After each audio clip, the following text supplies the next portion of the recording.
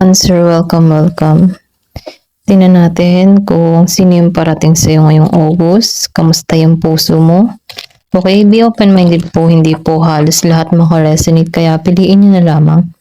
And thank you nga po pala sa mga nag-subscribe. Lalo na sa mga bumabalik. Marami pong salamat. Give me the message.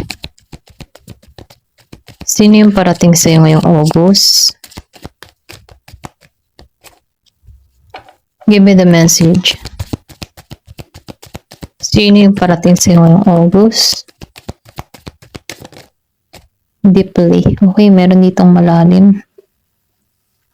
Give me the message.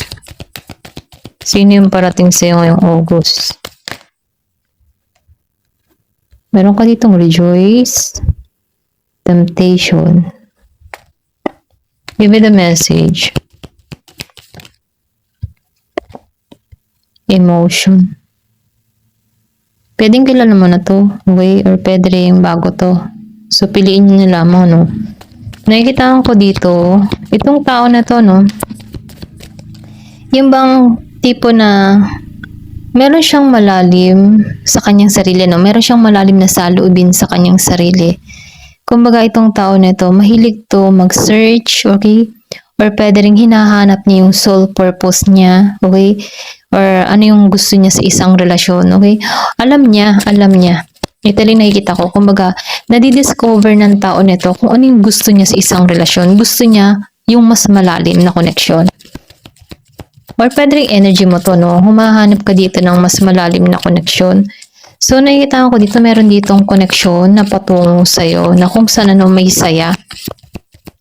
Yung connection na to. Ito lang nakikita ko. Kumbaga, dito ka patungo, no? Sa balance, give and take. Okay? So, meron ditong tipo na komportable kayo sa bawat isa. Okay? Ito yung patungo sa'yo. Ito lang, malalim tong tao.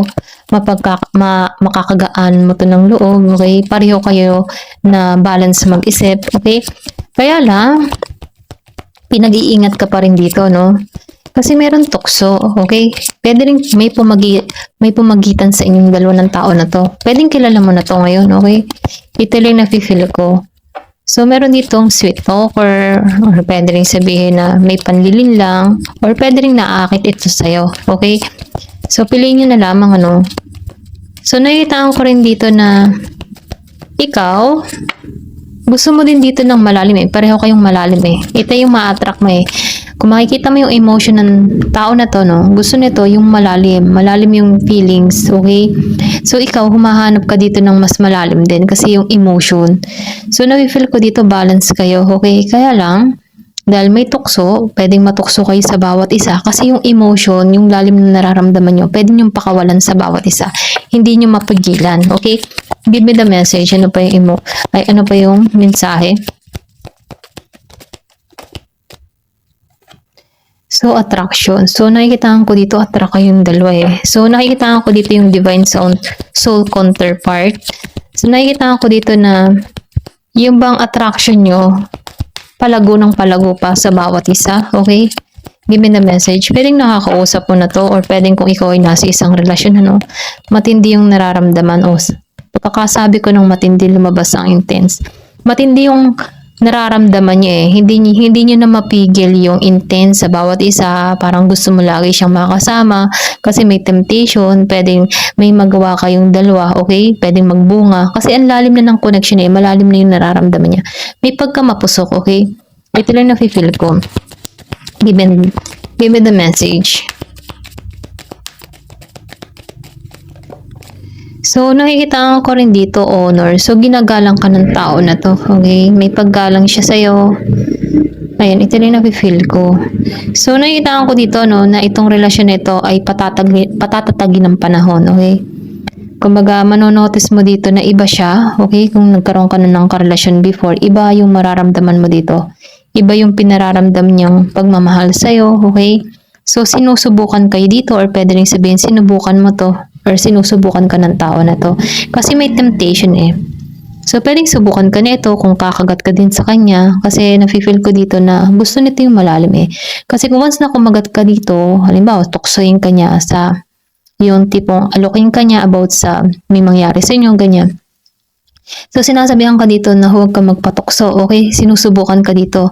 Kasi once na bumigay ka, alam ng tao nito na pwede kang bumigay kahit kanino. Ito lang yung mensahe, no? So, may pagsubok dito. Ito lang na-feel ko. Tinitingnan dito kung gaano ka katatag, kung gaano ka kahina, okay? So, may pagsubok itong gagawin sa'yo. Or pwede rin ikaw ang sumubok dito kung lalaki ka, no? So, meron ditong pagkikita, okay? May union. Ito lang na-feel ko. So, nakikita ko dito, once na nakaraos ka sa pagsubok, pwedeng ihatid to sa kasal, okay? So, ito lang nakikita ko, meron ditong malalim may union, may pagkikita, hindi mo to inaasahan. Pero ganun pa man, ano, sinasabihan ka dito na, huwag ka din mag-expect, okay? Manalangin ka, ito lang yung mensahe, na ito yung tumungo sa'yo, okay? Kasi nakikita ko dito yung lalim ng connection ng tao na to. Give me the message, ano pa yung mensahe? Give me the message.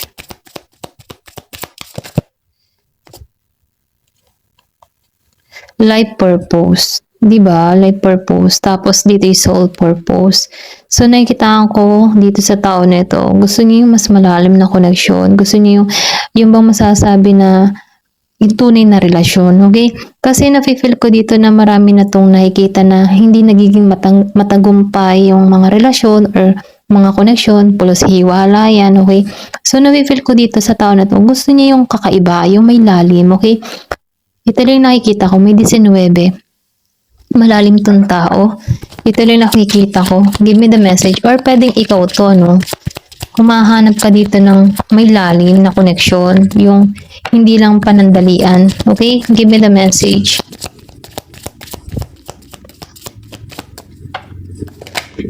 So, connection. Meron ditong connection na parating sa'yo na magiging kayong masaya sa bawat isa or pwede rin makita mo to ng kaibahan sa mga past na relasyon mo, okay? So, nakikita ko dito yung harmony, may engine yung bawat isa, okay? So, nakikita ko dito yung 19 and 6. Pwedeng pinanganak ka ng 19 or 6. Give me the message. Ano pa yung mensahe? So, the sacred woman. So, nakikita ko dito, no, gusto mo talaga ay yung parang sagrado or ito yung ma-attract mo or pwedeng ikaw to, no, sacred woman, na kung saan, ano, kasi malalim kang tao gusto mo yung hindi lang panandalian, hindi lang sa material or hindi lang sa sex yung relasyon. Gusto mo yung may lalim, hindi lang basta usaping sex or yung nararamdaman ng katawan, ano. Gusto mo ay yung connection talagang masasabi, okay, may pagkasagrado. Ayan, ito lang nafe-feel ko sa'yo. May pagka-relihiyoso, relihiyosa, okay? Or pwedeng kung ikaw man nilalaki, ma-attract mo to. Or kung ikaw man ay babae, ganito ka, no? Gusto mo yung may malalim na connection. Meron ditong 27 years old. I think meron dito na Aries na patungo sa'yo o Taurus. Give me the message. Meron ka dito mga kabiling na Taurus or Aries. Give me the message. Balance ito, okay? Or pwedeng may pagka-healing to. Yung, alam mo yung tipo na may pagka-healing yung kanyang energy. Ayan. So, meron ditong silver waterfall. So, nakikita ko dito yung pag-asa, okay? So, meron ditong akong nakikita dito na pagdaloy, okay? Kumbaga, pagdaloy ng biyaya, dire-diretso. Kung makikita mo, 2 ibon dito. Then, 2 ring ibon dito. So, minumungkahi dito, no, na meron kang matatagpuan dito na talagang ipinagkaloob sa'yo, okay? Kasi hinihiling mo to So, nafe-feel ko dito yung connection na marireceive mo ay may pag-asa, may pagdaloy, ano. So, may transformation, may saya. So, may pagmamanifest ka dito or may hinihiling ka dito. Maturity. So, ito nakikita mo. Ito yung ma-attract mo, matured. Or pwede rin ikaw to, no, matured. So, meron ditong gabay. Ito lang nakikita ko. Meron ditong 23-32. Kung makikita mo, meron 23-32. Okay? So, nafe-feel ko dito, meron ditong 32 years old or 23 yung makilala mo. Okay? I mean, ano, yung bang tipo na merong age gap kasi matured yung makikilala mo dito or pwede rin ikaw yung matured dito. Ikaw yung the star. Ikaw yung nagbibigay liwanag sa tao na to. Okay, ito lang nafe-feel ko. Merong gabay. Matured to. 32-23. Okay? Ayan, tingnan pa natin dito, no? Sa mga clue. Kasi nafe-feel ko dito na may gabay. Ginagabayan ka na matagpuan mo tong malalim na tao na to, na katulad mo. Give me the message.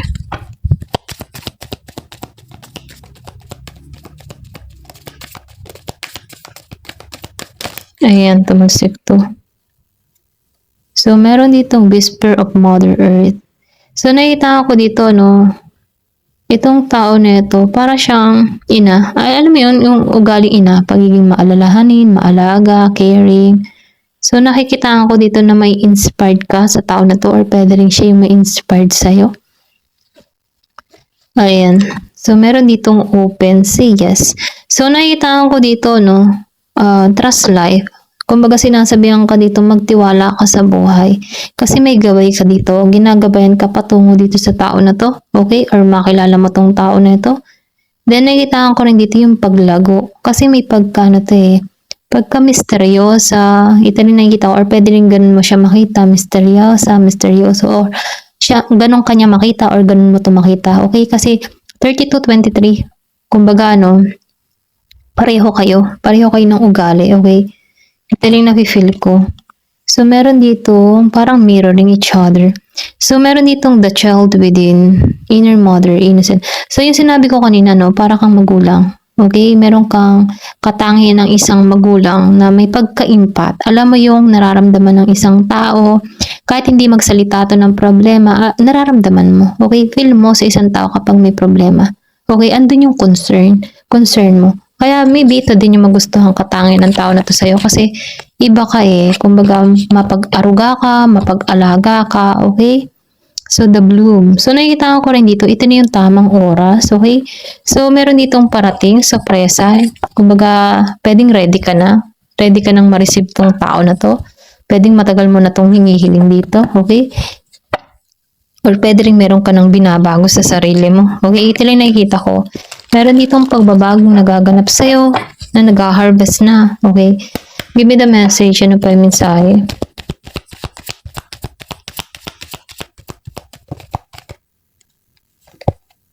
Scorpio. So, napifeel ko yung iba sa inyo may kadiling kang Scorpio.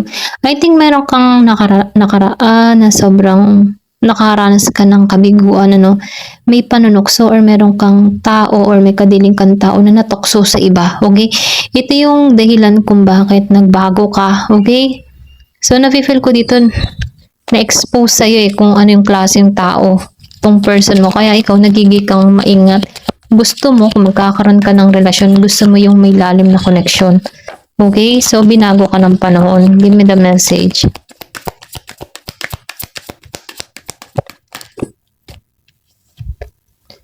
Gemini. So, nakita ko dito yung iba sa inyo meron kadiling na Gemini. So, meron dito networking. Pwede makilala mo to sa online, yung iba sa inyo. So, meron dito malayo sa bawat isa. Okay?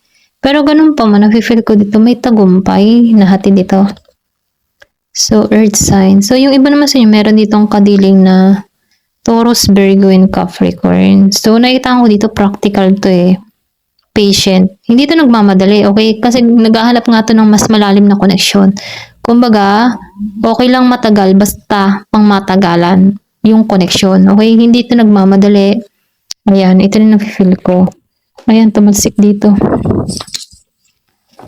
Meron ditong North Node. So, destiny mo to na magkaroon nito. Okay? Or destiny yan, pasensya na ako. Destiny mo na makilala to, okay? Ayan, or makamit mo ito. Ito lang yung mensahe, no? So, hanggang dito na lamang po. Thank you for watching. Love and peace.